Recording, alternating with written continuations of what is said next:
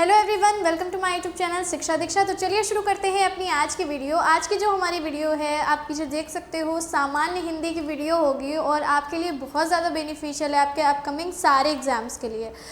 आज की जो हमारी वीडियो होगी उसमें हम लोग जो है मल्टीपल चॉइस आंसर वाले क्वेश्चन देखने जा रहे हैं, जिसमें हमारे 4 ऑप्शन होंगे, एक ऑप्शन राइट होगा और 15 क्वेश्चन हम देखेंगे जो कि आपके बहुत ज़्यादा इंपॉर्टेंट होंगे आपके अपकमिंग सारे एग्जाम के लिए। अगर आपने अभी तक मेरे चैनल को सब्सक्राइब नहीं किया तो जल्दी सब्सक्राइब कर लीजिए, बेल आइकन को प्रेस कर लीजिए और आप मुझे इंस्टाग्राम पे फॉलो कर सकते हो, लिंक आपको डिस्क्रिप्शन में मिल जाएगा। तो चलिए शुरू करते हैं, जल्दी से बढ़ते हैं अपने पहले क्वेश्चन की तरफ। तो देखिए पहला क्वेश्चन क्या कह रहा है, हिंदी भाषा की लिपि कौन सी है। ठीक है, हिंदी भाषा किस लिपि में लिखी जाती है या कौन सी लिपि हिंदी भाषा की। ऑप्शन में है पाली, प्राकृत, देवनागरी, रोमन या अपभ्रंश। तो राइट कौन सा हो जाएगा। सभी लोग जानते हैं कि हिंदी जो है सभी लोग जानते हैं कि हिंदी जो है वो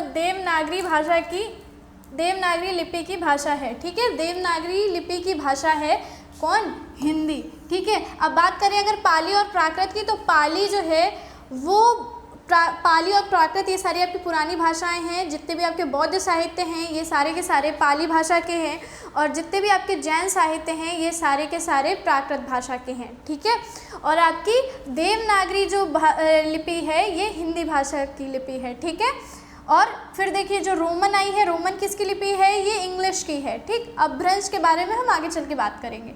तो हमारा इसका राइट आंसर क्या हो जाएगा, देवनागरी हो जाएगा। ठीक है, संस्कृत की भी लिपि अगर कही जाए तो क्या है, देवनागरी ही है। आधुनिक भारतीय भाषाओं का विकास किस भाषा में हुआ है, कौन सी भाषा में आधुनिक भारतीय भाषाओं का विकास हुआ है। ऑप्शंस में है सौरसेनी, मगधी, प्राकृत, अपभ्रंश। तो हमारा राइट आंसर क्या हो जाएगा, ऑप्शन डी अपभ्रंश हो जाएगा।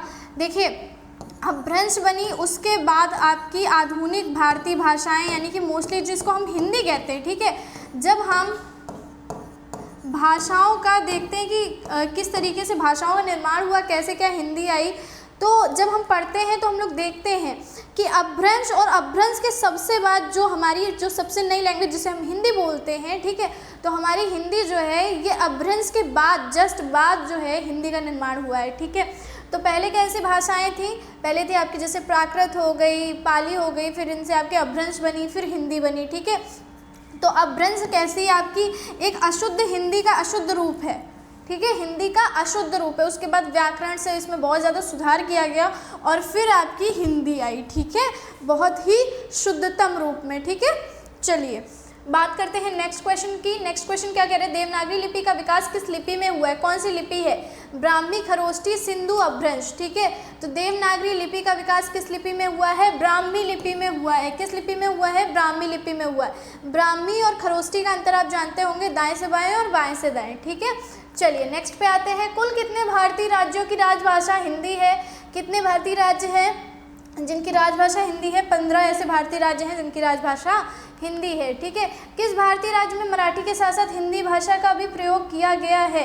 ठीक है, तो बिहार, मध्य प्रदेश, उत्तराखंड, महाराष्ट्र, ये चारों जगह आपकी हिंदी जो है वो यूज़ की ही जाती है। लेकिन अब आप क्वेश्चन से देख सकते हो, क्वेश्चन कह रहे हैं मराठी के साथ साथ, तो मराठी आपकी कहाँ की लोकल लैंग्वेज है, वो आपकी महाराष्ट्र की लैंग्वेज है। ठीक है, तो मराठी के साथ साथ हिंदी कहाँ पे यूज़ की जाएगी, महाराष्ट्र में यूज़ की जाएगी। So simple. ओके, तो आपका महाराष्ट्र यानी option D is right answer. ठीक है, नेक्स्ट क्वेश्चन देखिए, किस देश में हिंदी भाषा का प्रयोग लिखने बोलने में किया जाता है।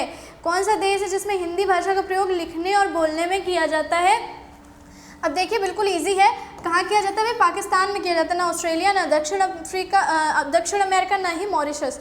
तो आपका कहाँ किया जाता है, पाकिस्तान। पाकिस्तान आपका पहले हिंदुस्तान का हिस्सा था, तो वहाँ पे लैंग्वेज अभी भी वैसी ही बोली जाती है। ठीक है, चलिए नेक्स्ट देखिए, निम्नलिखित में कथनों में से किसे राष्ट्रभाषा की परिभाषा के अंतर्गत रखेंगे। साहित्य सृजन की भाषा, सरकारी कामकाज की भाषा, संविधान द्वारा स्वीकृत भाषा या फिर बहुसंख्यक देशवासियों द्वारा प्रयोग की जाने वाली भाषा। कौन सा राइट हो जाएगा, तो देखिए हमारा डी ऑप्शन जो है ये राइट हो जाएगा। बहुसंख्यक देशवासियों द्वारा प्रयोग की जाने वाली जो भाषा होती है उसे हम राष्ट्रभाषा की परिभाषा के अंतर्गत रखते हैं। ठीक, चलिए नेक्स्ट पे आते हैं। वर्तमान समय में लगभग कितने लोग हिंदी भाषा का प्रयोग करते हैं, कितने ऐसे लोग हैं जो वर्तमान समय में हिंदी भाषा का प्रयोग करते हैं। 60 करोड़ लोग हैं जो कि वर्तमान समय में हिंदी भाषा बोलते हैं, लिखते हैं और पढ़ते हैं। ठीक है, चलिए नेक्स्ट पे आते हैं, भाषा के शुद्ध रूप का ज्ञान किससे होता है। तो देखिए जब हम लोग व्याकरण की डेफिनेशन पढ़ते हैं तो व्याकरण की डेफिनेशन क्या होती है कि व्याकरण के अंतर्गत हम लोग भाषा को शुद्ध रूप से लिखना, बोलना और पढ़ना सीखते हैं। ठीक है, तो यानी कि व्याकरण जो होगा इसका राइट आंसर हो जाएगा ऑप्शन बी। भाषा का शुद्ध रूप का ज्ञान किससे होता है, व्याकरण से होता है। ठीक है, नेक्स्ट पे आते हैं, अंग्रेजी भाषा की लिपि बताइए। अभी मैंने आपको बताया था कि इंग्लिश की लिपि जो है वो क्या है, रोमन है। ठीक है, इंग्लिश की लिपि क्या है, रोमन है। ठीक, चलिए नेक्स्ट पे आते हैं, खड़ी बोली हिंदी, खड़ी बोली किस हिंदी की भाषा। अब आपसे पूछ रहा है यहाँ पे जो खड़ी बोली है वो कौन सी हिंदी की भाषा है।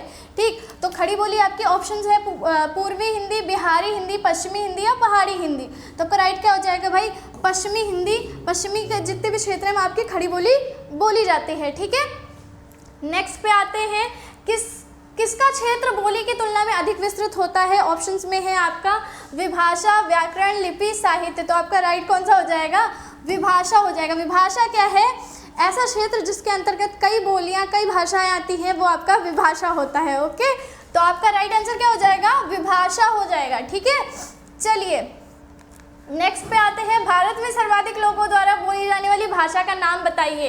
सबसे ज़्यादा लोग भारत में कौन सी लैंग्वेज यूज़ करते हैं। देखिए लोकल लैंग्वेजेस तो यूज़ की ही जाती हैं, लेकिन सबसे ज़्यादा लोग कौन सी लैंग्वेज बोलते हैं, सब लोग जानते हैं हिंदी सबसे ज़्यादा लोग यूज़ करते हैं। ठीक है, चलिए नेक्स्ट क्वेश्चन देखते हैं, सौर सेनी यानी कि जिसको हम अपभ्रंश बोलते हैं, इससे कौन सी भाषा विकसित हुई है। सौर सेनी से कौन सी भाषा विकसित हुई है।